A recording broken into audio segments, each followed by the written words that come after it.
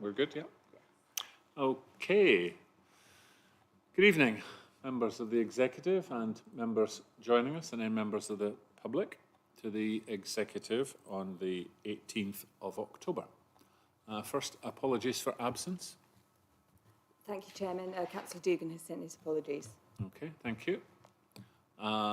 Members of the executive, are you happy for me to sign the minutes of the meeting on the 20th of September?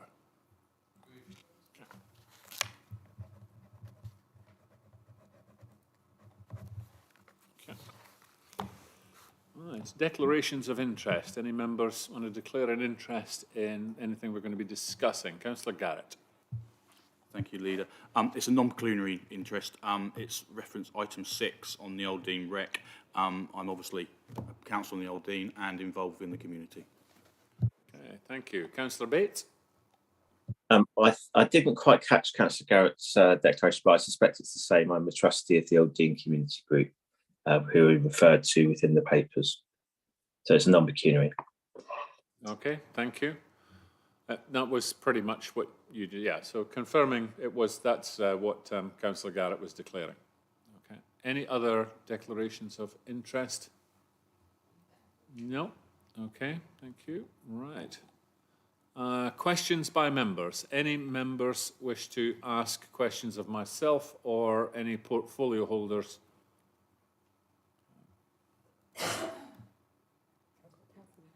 Councillor Wheeler. Thank you, Leader. It was a question I think probably which is directed to you, which is given the recent communication from County around stopping the local area committee meetings, what steps do you feel that we can take as a council to ensure continued engagement with those crossover areas and our residents? Thank you, Councillor Wheeler. I think the announcement from County has only just come out. Yesterday. Recent. Yeah, today, isn't it? Yeah. Yesterday, well, certainly there was an email that came out yesterday. Yeah. Okay. Well, to be fair, I think you asked me about this in a council meeting some time ago. We knew that it was their intention, but I think they've only just confirmed today or yesterday. I need to meet with the members of the executive and the chief executive and decide that very question. What are we going to do to ensure that we make up for any gaps that are left by the local area committee? I think. I'm happy to come back to you within the next 7 days. Okay. Any other questions for myself or members of the executive? Councillor Mavaganam. Good evening, Leader. Thank you. I was not going to ask this question, but I haven't seen that email. So I have to just do a backup on what Councillor Wheeler said on the local area committee. I mean, I used to be a member of it. I was unceremoniously dropped when the new chair was elected. Has it ever met, is my question, because I don't believe we have met. Or that's the impression I'm left with. If so, why not? And was it a waste of money paying people to actually chair these meetings? I don't know whether you can answer it. If you can't, please get a response back from County and let us know. That'll be very interesting to know. Thank you. Okay. That's a question. You know, the local area committee is a Surrey County Council committee, not a borough committee. And I think that you should direct your question to County and please let me know what the answer. It'll be a pleasure, but you had much more closer relationship with the county, hence I come to you, Leader. Thank you. Well, I must admit, I probably do have a closer relationship given the fact that you were dropped from a committee that you don't believe meets. Okay, thank you. Any other questions? All right. Okay. First substantial item 5, local community project funds. Councillor Page, please. Thank you very much, Leader, and a nice happy paper to start off with. So, as you're aware, we get SIL money, Community Infrastructure Levy, which goes into a pool, and we're allowed to bid for that money to make improvements. So there has been a bid from Councillors Edward and Josephine Hawkins to improve the Southcote Park play area. Bit of a refurbishment there to the basketball hoop, the surface, and some play equipment. This is to bring it up to standard so that it can pass ROSPA standards. They inspect the playground for safety, and I'm happy to advise that we should resolve to provide £15,000 net to be awarded to Parkside Ward for that replacement of the basketball hoop, the goal, and the safety surface. So that's what I'd like to say. I hope you all agree. Okay, thank you. Are there any questions for Councillor Page on the paper? Councillor Malvaganam, I see your hand. Is that your hand still up now? Okay. All right. Okay. All right, it doesn't look like there's any questions on that. We're going to be voting electronically. All right. Any moment now. Here we are.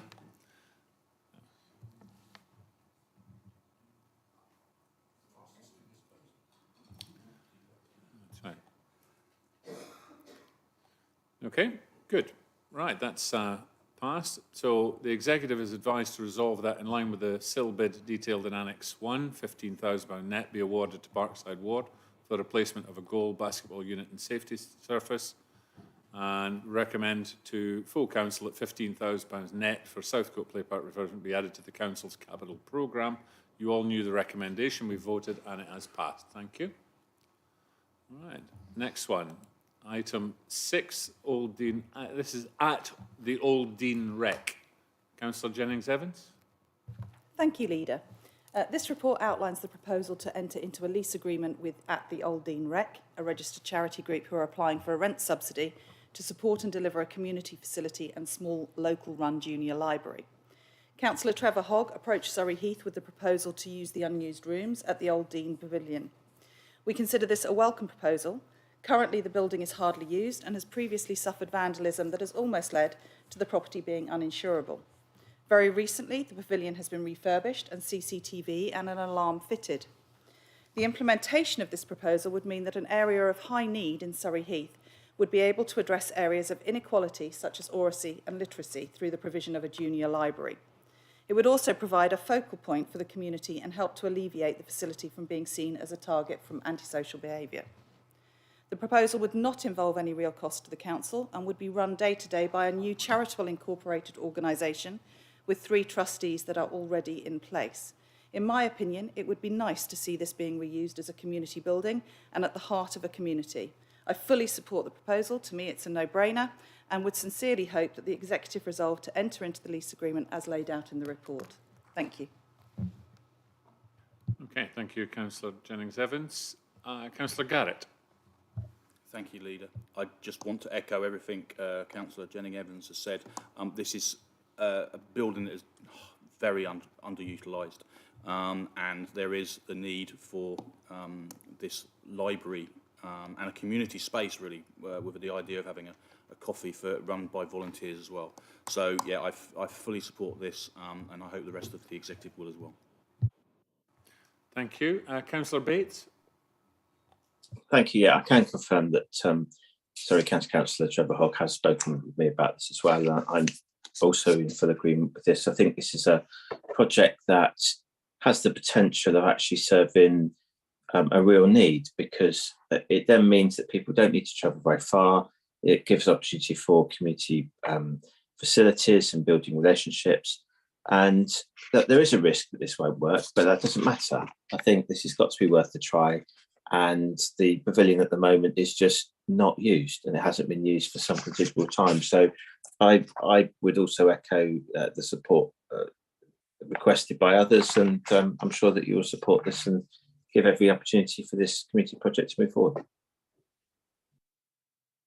Thank you, Councillor Bates.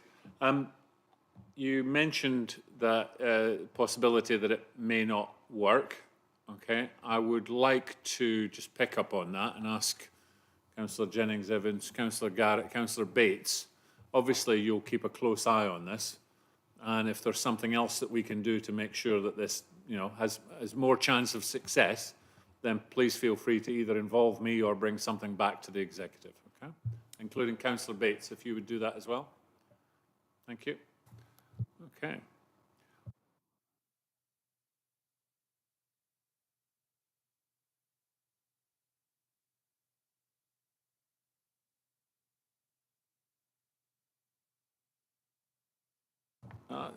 Members of the Executive, we are advised to resolve that the Council enters into a lease arrangement with the Old Dean Rec registered charity group, applying a community rent subsidy as outlined within the report to support establishing and delivering their services.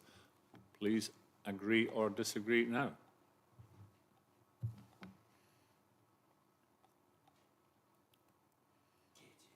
Okay. Okay.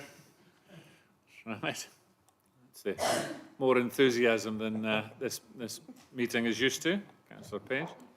All right, moving on to item 7, EV charging in council car parks.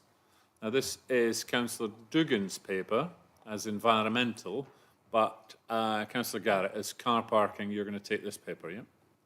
Thank you. Thank you, Leader. Yes, so in the absence of Councillor Dugan, I'm going to present this paper and try and answer any questions at if there are any afterwards. This report is the culmination of work by our former and interim climate change officers, Anna Goldman and Simon Mills, our parking manager and the Climate Change Working Group. The introduction of EV charging in our council car parks is a direct response to consultation carried out during the summer of 2021. There were 559 responses, which indicated that 63% of the respondents either had access to and or were planning to own one in the next 5 years. 34% of respondents were unable or unsure they would not be able to install an EV charging point at home. Of these, 82% would be willing to charge their vehicle in a council car park overnight. On the basis of the survey responses, officers conducted a procurement process using the Kent Commercial Services Framework. There were 3 bidders, and the recommendation is to enter into a contract with the most advantageous bidder, which offered the most suitable technology and the option of revenue share. Whilst not essential, funding will be applied for by the supplier, which is AUX funding, which will reduce their sunk capital costs, giving the potential for higher revenue share. The location of the car parks are set out in the table at 1.4 and will provide 46 charging points over 7 locations. 7 kilowatts medium chargers have been proposed, as these are intended to provide capacity for overnight charging in council car parks. The council multi-storey car parks are subject to the development of a separate business case for season ticket holders.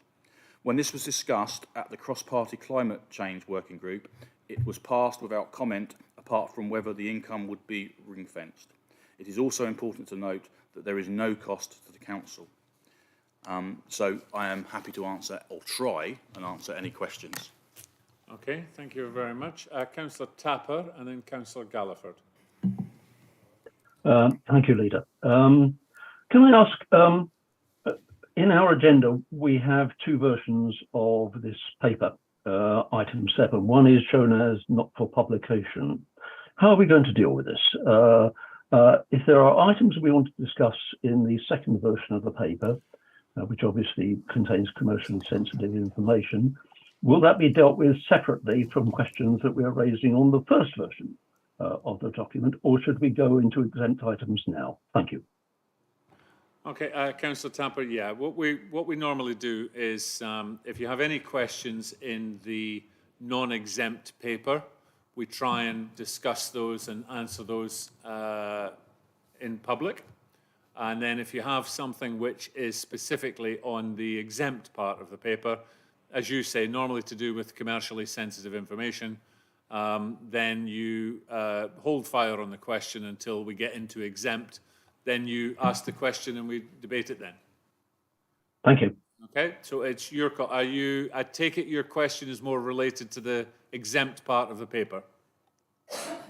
No, actually, I have questions on both parts, but I will hold back and let Councillor Galliford have the first question. Thank you. Okay then. Yep, no problem. Councillor Galliford.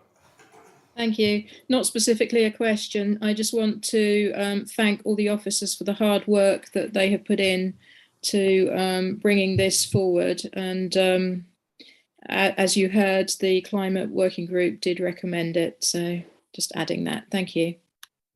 Thank you, Councillor Galliford. And Councillor Malvaginam. Thank you, Leader. I mean, I've been on sticking to the first part of the discussion. Looking at 1.4, been through the whole the 7 sites which have been marked to have the charging points. Portsbury Road Residence Car Park, Camberlian. Does it? I presume it belongs to the council. Question 1. Question 2. If it does belong to the council, are there any parking charges in that location currently? Thirdly, maybe aligned to that, maybe you can answer, Councillor Garrett can answer this. Why is that? If it's not ours, why are we putting charges in that unit? I will also throw one more in so that it doesn't sort of don't go in circles. There doesn't, actually, most of you know, I'm a councillor at Frimley Green. There doesn't seem to be one site that's for Frimley Green, including Frimley Lodge Park. That's a heavily used car park, and there's no units in there. And Wharf Road car park, which is hardly used, doesn't have anything there either. So, I mean, for me, this whole listing looks a bit, I would say, not complete. That's a better way to put it, Leader.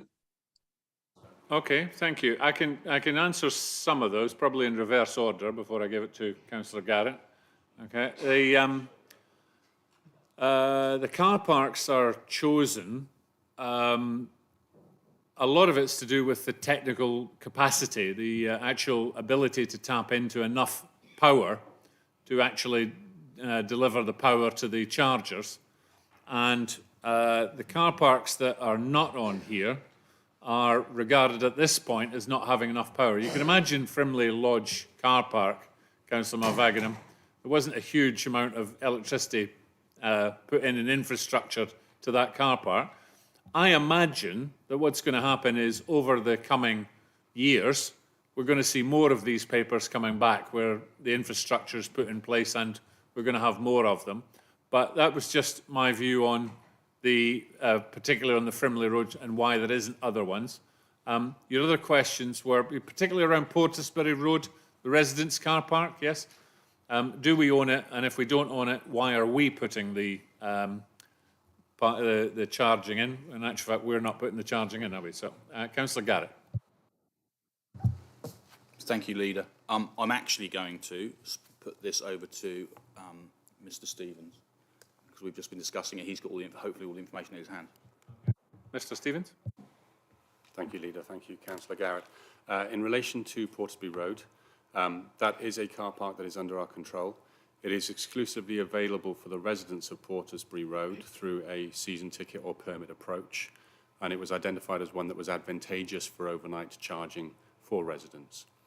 Frimley Lodge, Leader, you are correct. We will be looking at other car parks, and there is an expectation there'll be additional reports coming forward in relation to EV charging, but they'll be part of a broader strategy around whether or not we can put in additional infrastructure, because there are concerns that the grid wouldn't be sufficient to support EV charging. The 7 kilowatt chargers wouldn't necessarily be advantageous for somewhere like Frimley Lodge Park, where you'd want to have faster chargers in place for people using the park for recreational purposes. And also it'd be part of a broader picture around photovoltaic cells and other elements. Okay, thank you, Mr. Stevens. Okay, let me allow Councillor Malvaginam to come back. I always think the questioner should be allowed to ask a supplementary. Councillor Malvaginam. Thank you, Leader. Actually, it's a supplementary to the point that you just said. These are fast charging. They aren't fast charging, they're slow charging. And most of these car parks, except for Portsbury Road. Sorry, you're cracking a joke there, leader. No, I'm sorry. Please share it with us. No, we picked up on, Mr. Stevens said that we will be looking at putting in fast chargers in places like Frimley Lodge Park. These are not fast charging. These, as you're right, they're slow charging overnight. But Mr. Stevens said we'd be looking at putting in fast charging in places like Frimley Lodge. Sorry. Yeah, I noted that. I actually was not talking about Frimley Lodge. I'm actually going to talk about the rest of the list here. I mean, these are 7-word charges, and these are short-term car parking generally, except for Portsbury Road residents, where we own it. There's a season ticket. That's fine. Now, if you put 7-word charges, as I understand, I don't own an electric car. I'm sure Graham Tapper is going to give us a lecture on that in a minute. Yeah, this takes a long time. It's generally, it's known as trickle-down economics. Sorry, wrong word, trickle-down overall. I mean, this trickle-down economics has got stuck in my brain now. The trickle-down charging. So I presume the charge won't be much for them when they leave the car park for them to get any benefit from it. So I'll leave it at that. I'm sure Mr. Tapper will expand on this. Thank you. Okay, I'm going to give Councillor, I'm not sure it's called trickle-down charging. I know there's a thing called trickle charging, but I'm not even sure that that covers this one. It is in the paper, but Councillor Garrett. Thank you, Leader. I think there might be a little bit of confusion, so hopefully I can clarify. The car parks that have been identified are for, as I spoke about, where residents were unable to park their cars and charge them overnight. So the idea is they will use the car parks to park their cars overnight, which means by the time they have got back to them in the morning, they will be charged. So they aren't quick chargers, but they are not expected to be quick chargers because they will be charged overnight. I'm hoping that clarifies that point. Okay. And I'm going to come to Councillor Tapper in just a second, Councillor Tapper. The other thing is that I can't find it in the paper, but I thought it was there that you can get to 80% charge relatively quickly, even with a lower thing, isn't it? It's the last 20% that's difficult. But okay, Councillor Tapper, I know that you know a lot about this. So, what's your question?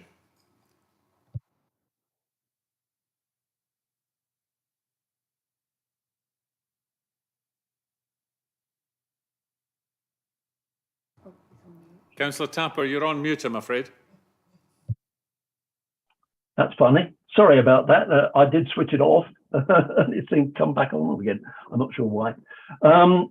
Just if we can just quickly clarify, the term slow is used for 3.6 kilowatt AC chargers.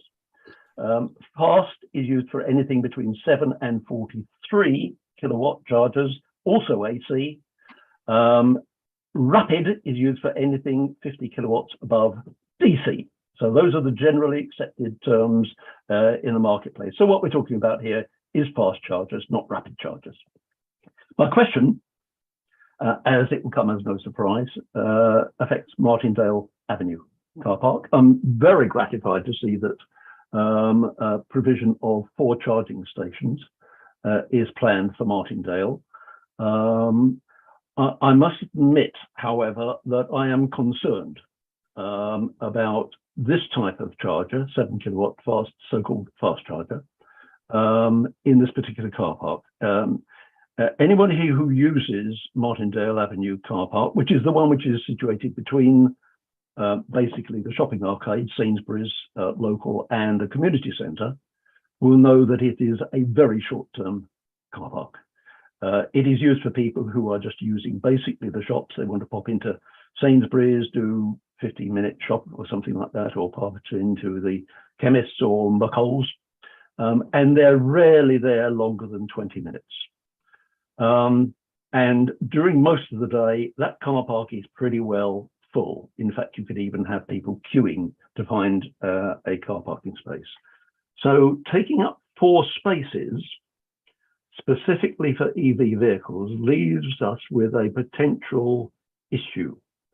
Either that people who are frustrated by 4 spaces being taken up and quite possibly not being used at that particular time will park there. And then if we find someone coming along an EV wanting to take up a charging space, not being able to find one because there are ICs blocking the spaces. Overnight would be fine. And I'm sure there would be a possibility for people to come into the car park and park overnight. But it's the daytime usage where people might be tempted to come along and park a car to charge. As you say, because there are fast chargers, it takes hours to actually achieve a substantial charge, would be occupying those spaces for far longer than normally we would find people parked in the car park. So that is my issue here. I would like to propose that maybe a solution can be found which would be more reasonable, and it is effectively on the doorstep. I don't know if you know, but opposite the Wheat Sheep, which is on the shopping arcade, is the recreation ground. And facing onto Martindale Avenue still, there is a series of about 10 parking spaces, which I believe, and perhaps someone can confirm whether this is true or not, I believe is part of the recreation ground, not part of highways, and so is still the responsibility of Surrey Heath Borough Council. Those parking spaces are fairly less well used, and people parking there for a longer term during the day would not pose the same problems as they would in parking in the normal community car park. So I would like to suggest that it be investigated whether or not these parking stations could be located there rather than in Martindale car park. I would emphasize that when the request was made by residents for a park charger in Martindale car park itself, it was definitely for a rapid charger, a 50 kilowatt rapid charger, which would be more suitable to the parking usage of that particular car park. Thank you, Councillor Tapper. All right. First of all, thank you for the explanation. That seems a huge band, isn't it? 7 kilowatts to 43 or something. That's huge for fast charging. But yeah, it covers, these are considered fast charging. Sorry, it covers single phase, dual phase, and triple phase AC electricity supplies. So it's the normal supplies that are supplied to all domestic premises, or Good. Can be. Anything above that needs special cabling. Okay, thank you. Let me pass you to Councillor Garrett. So the suggestion is that, and it's an interesting point, that 4 spaces are going to be taken up with electric vehicles. But of course, as electric vehicles become more popular, they will find those 4 spaces to use, won't they? But for charging, and what about using what Councillor Tapper is saying is the 10 spaces across the road at the park? Councillor Garrett? Thank you, Leader, and thank you, Councillor Tapper, for your question. Hopefully, I'll be able to answer most of it. So one of the things, having read the paper, I can't remember if it was in there or not, one of the things that is going to happen is we will be policing the car park. So if we find a car that is a non-electric car in a electric charging car park, thank you, we will be still giving them tickets because they'll be parked. And even if they're in there and are electric cars and not charging, we will also be policing that as well. Okay, so that's one thing to consider. With reference to this car park specifically, I believe there is also parking available at the community centre. So if there ever was a problem, there could be the overflow. I believe, having a quick conversation with the officers, we think there might be a power problem with the car park which has been referred to, but that being said, we will take it away, we will investigate it and see if it is a possibility. Okay, thank you very much. And okay, Councillor, at the risk, some trepidation, Councillor Tapper, do you like to, is that sufficient for you? Yes, thank you. That has given me assurances that this dilemma will be considered. Thank you. Okay, thank you. Okay, I've got Councillor Hawkins and then Councillor Wheeler. I think Councillor Wheeler was waving long before I was, Leader. Oh, thank you, Councillor Hawkins. Councillor Wheeler? Thank you. A couple of points. First and foremost, it's reference to overnight charge parking, and I'm very familiar with the different speeds of EV chargers, and I'm delighted to see more coming within the borough. I am, however, concerned about security at the Chobham car park overnight. So for a large, or quite often, the light in the Chobham car park is not working. And in addition to that, it is not overlooked as a car park. I have to say, as an EV driver, I would be very loath to leave my car in that car park overnight. I would, however, very much welcome a rapid charging point, as I don't have a home charger, and therefore I either trickle charge, which takes about 16 hours to take my car to a reasonable level, or I use public chargers. I'm just very concerned about the security. So that's point number one in that particular car park overnight. Point number two is, as we know, Surrey County Council are looking at on-road charging points. And I would just like to request that we liaise with them to make sure that those areas that aren't benefiting from our investment in EV chargers are prioritised. So in particular, the other villages that aren't, maybe don't have a suitable car parking space. I am sure that Councillor Jennings Evans knows about the ones in Lightwater, where it's very difficult to find a car park for someone to charge, and so for there, and also Windlesham, where again we don't have a village car park. So if I could please ask that we liaise with county to make sure those areas are covered, and also, as I said, just to raise concerns around the security of that car park for overnight parking. As I said, I personally wouldn't leave my car in there overnight. Okay, thank you, Councillor Wheeler. Councillor Garrett, security in Chobham car park, particularly Councillor Wheeler saying the lights out on a regular basis, and liaising with Surrey County Council. So first point first, as I've just reminded, car parking is my responsibility.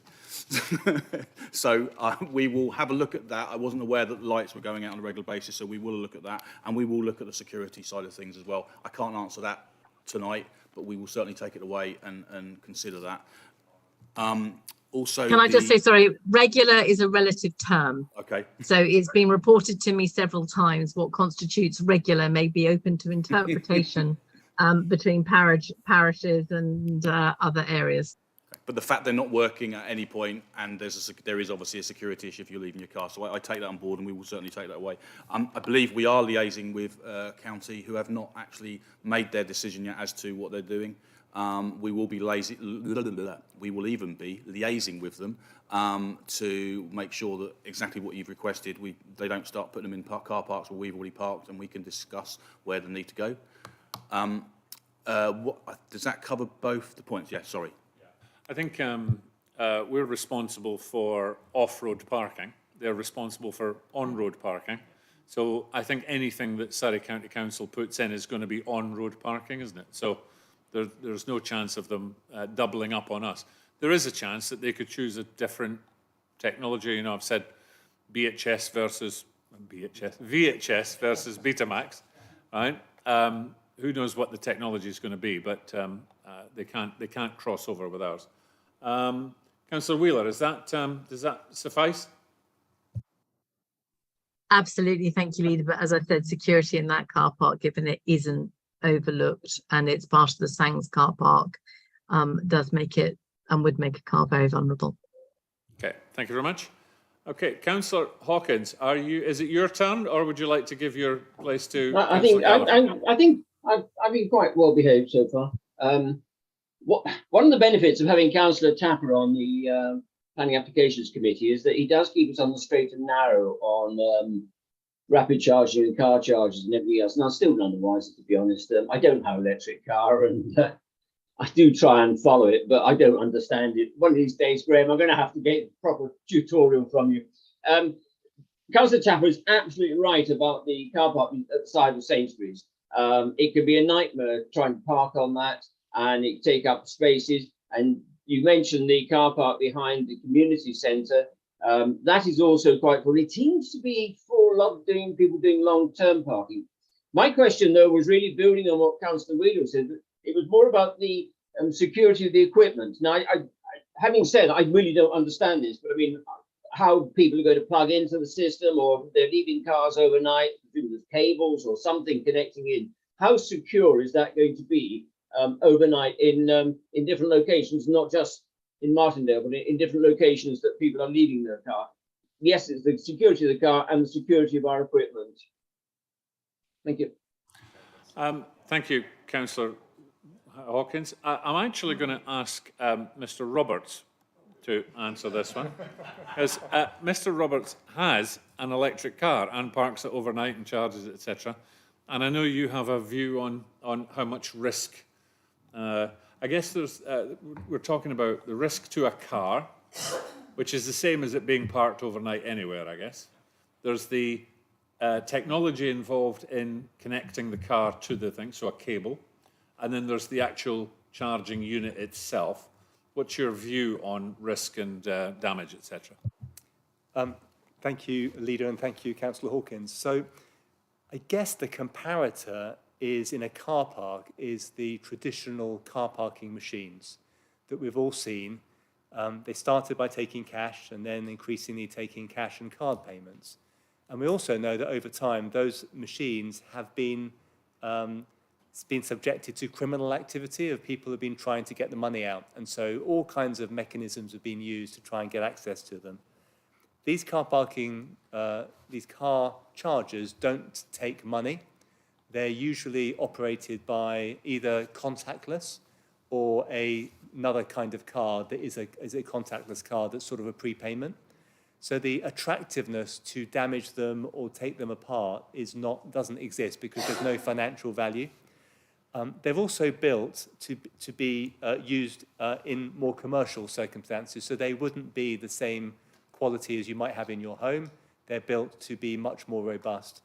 And in most cases, they either have a cable connected that you cannot remove, or they have a socket where you can take a cable out of your car and plug that into the socket. So it's a very simple mechanism, not a lot that can go wrong with it. The thing is, though, that the equipment would continue to be owned by the company, and the company would have a very significant incentive to make sure that their equipment is operating, and any repairs that need to be done are conducted quickly, because they are not going to be able to generate any income unless that equipment is in a good state of repair. So in a way, that gives us extra reassurance that if damage was to be incurred, it would be resolved fairly quickly. Thank you. Thank you. Councillor Hawkins? Does that suffice? So it does. It was much I would classify as the umbilical. I understand the security of the box, but it's the umbilical leading from the box to the car. How secure is that going to be? But I mean, we don't know, and it's just got to be followed up if there are problems and find a different way of doing it. Thank you very much. I'm a novice on this. Okay, so. Thank you. Okay, I see Councillor Tapper nodding away there. Yep, okay. Councillor Galliford, then Councillor Bates, then Councillor Betton. Thank you. Firstly, we're definitely going to liaise with Surrey County Council not to overlap or, interfere with each other's plans. Hopefully they will very much fit together. I think regarding the really rapid chargers, we should be putting pressure on the local service stations. I drove past West End BP today and it looks like they're installing a rapid charger there, which will be most welcome. Obviously, they need much higher voltage. They cost a lot more. I don't think it's something that Borough should really be investing in. So, that's something else we can try and do, either as EV drivers or any drivers at all, pressurising the local service stations to provide the rapid chargers. Then I thought I'd just clarify. So I've been driving an electric vehicle for 5 years now. On average, 1% gives me 1 mile, unless I'm going over 60 miles an hour and uphill.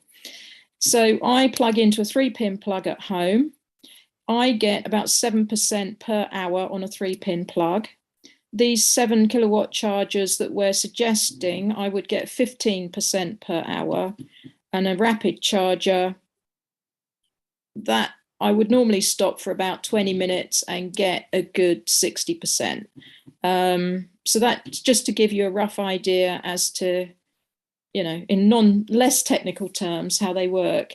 Regarding, you know, the leads that you have, each car now has an automatic lock so that can't be unplugged from the car, because when these things first came out, people were basically whipping away the plugs because they're quite expensive. So that's been sorted that way. You know, we are not the first borough or area to adopt these chargers. I think the companies will have more than enough experience as to how to make them secure, etc. I don't think that's our worry, particularly as the equipment's going to continue to belong to them. I would agree, however, that we do need to look at the security of the car parks regarding the owners, from an owner's point of view. And Graham, going back to Heatherside, and I do know the car park very well that you're talking about, and the recreation ground. I would imagine that it's a case of actually getting the cables across to that side of the road. Don't know for sure, but that's how I would see that. I hope that helps. Thank you, Councillor Galliford. You're right. It's we'll make sure that security in the car parks where these are going in is part of the review. Councillor Bates and Councillor Benton. Thank you. My question is pretty simple, really. When can the residents of Old Dean expect to see any kind of public charging point in the ward? At the moment, there is none. It's not the only ward, I believe. I don't think there's any in Bisley, as far as I'm aware, although perhaps Bisley councillors can check. But it does seem to me that we need to be looking at wards where there is currently no provision of any sort, of any type at all, available to the public. And I perhaps put in that plea and request some kind of time frame as to when the next phase will be looked at. Okay, thank you, Councillor Bates. I think it's a general theme, isn't it, that people want charging points in their ward. I don't think there's any in St Michael's, I think, from this. So the point of this paper is that there were a number of companies who have applied to put them in the borough. We've looked at the ones that we think are technologically right, are financially right for us, and then have some longevity. But I'm right in saying it was the companies that are coming forward with the sites. Are we able to influence them and say, you know, I know you said another paper or more papers will be coming forward as we identify more sites, but taking Councillor Bates' point, is there a way that we can influence where they're going to be placed in future?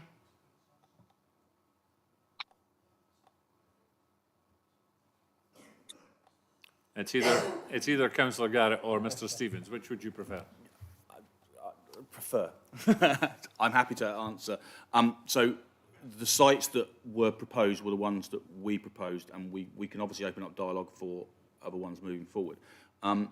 As far as the Old Dean goes, it's possible we might have the same issue we have discussed elsewhere, where trying to get power to it could be an issue. But this is where we can link up with county and have a conversation with them, reference what they're discussing about off-street parking. On-street, sorry, thank you. On-street parking. So there is obviously, we can have dialogue. We've only identified some car parks at this stage, and we will obviously look at other things and work with county, as we've already alluded to, moving forward. But there's no specific plans for other wards at this stage. Thank you. Councillor Bates, do you have a specific Surrey Heath Borough Council owned car park in Old Dean that you're thinking of? What I'm thinking of is, I mean, I think we shouldn't just be silo thinking. I think we should be looking at land which may be available either ourselves or Surrey County Council, or even in private ownership. So if I take St Michael's, you're quite correct. There's no St Michael's. Well, in fact, there is one St Michael's car park mentioned in here. But looking at the map I've just seen, there's apparently electric charging points in St Michael's, at Watchmore Park, and at McDonald's, which I think is in St Michael's. So there is some kind of provision. I accept that's not council or public owned, but it is at least something. Whereas in Old Dean, to the best of my knowledge, unless there's something at the leisure centre, which I don't think there is, I'm not aware of anything. And that to me is a conversation that needs to happen with borough council, county council, private owners, whoever, to say there are places where there is nothing at all at the moment, other than residents who may allow other people to use their driveways. Okay, I'm assuming, Councillor Garrett, you're more than happy to take that on? Okay, thank you. Okay, Councillor Betton and then Councillor Tapper. Thank you. It's just a comment, really. I agree with Sharon, having driven an electric car for over 3 years now. I generally, on a trickle charger, get about 10 miles an hour's worth of charge. So an hour's charging will give you 10 miles.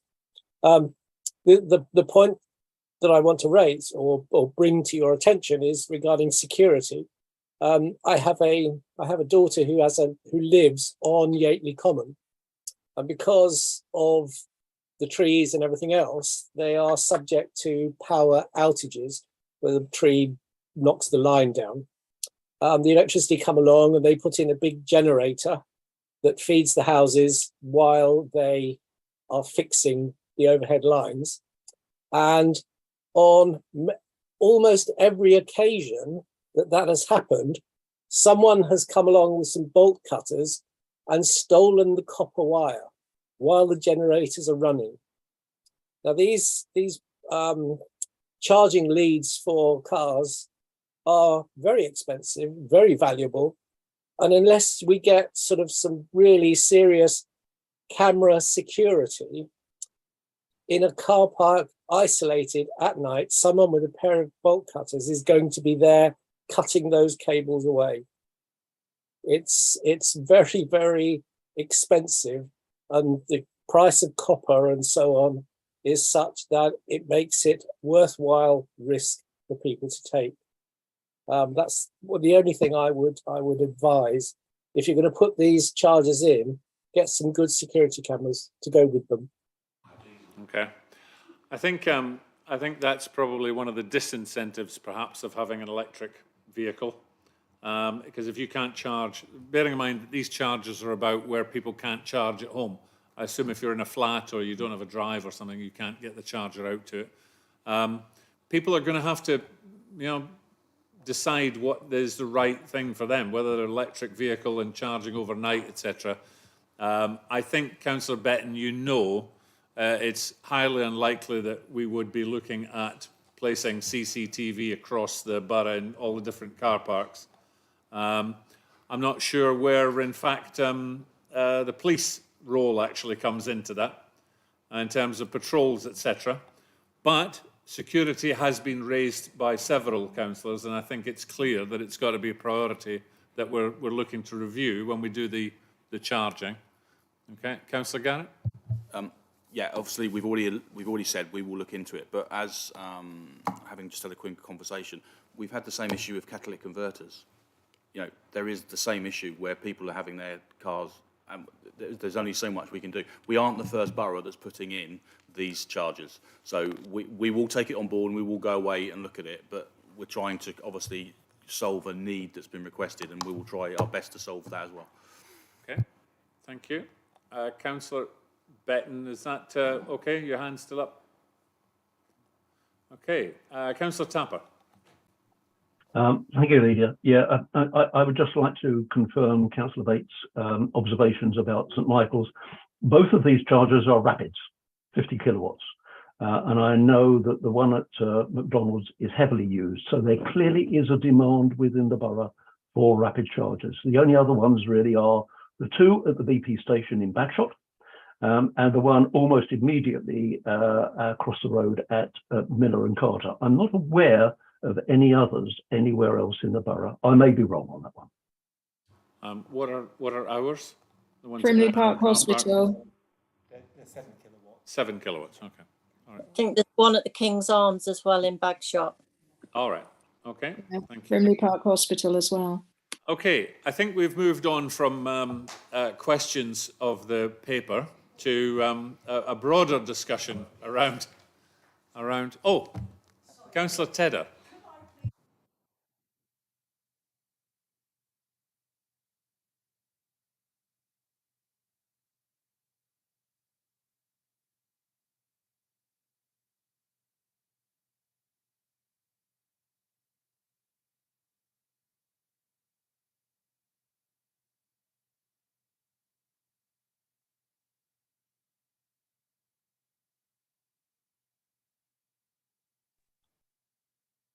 Is it just me or has it gone quiet? Right, sorry, just to the councillors who are zooming in or on. Councillor Tedder has joined us, but we sat at a desk that doesn't have a microphone. You know, I can repeat the question, Councillor Tedder. That's okay. All right. Well, Councillor Garrett, you got the question. So, okay.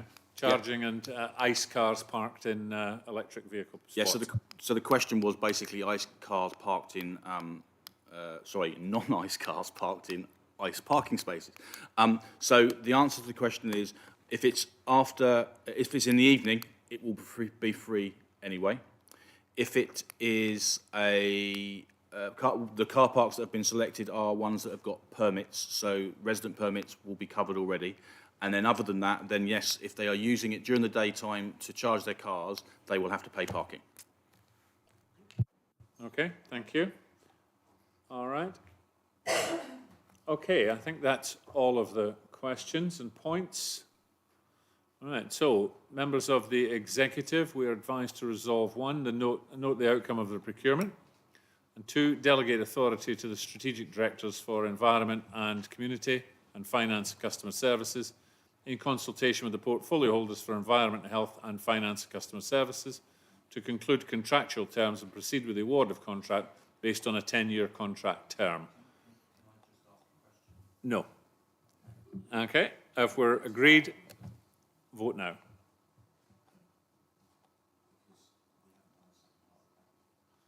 That's because we're not gone into exempt yet. Because we're voting on the first bit. Okay, right. Okay, thank you. Right, that brings us to the end of part 1. We are going to exclude press and public as per our normal. Resolve that under Regulation 4 of the Local Authorities Act, the press and public be asked to leave. Are we agreed? Agreed. Thank you.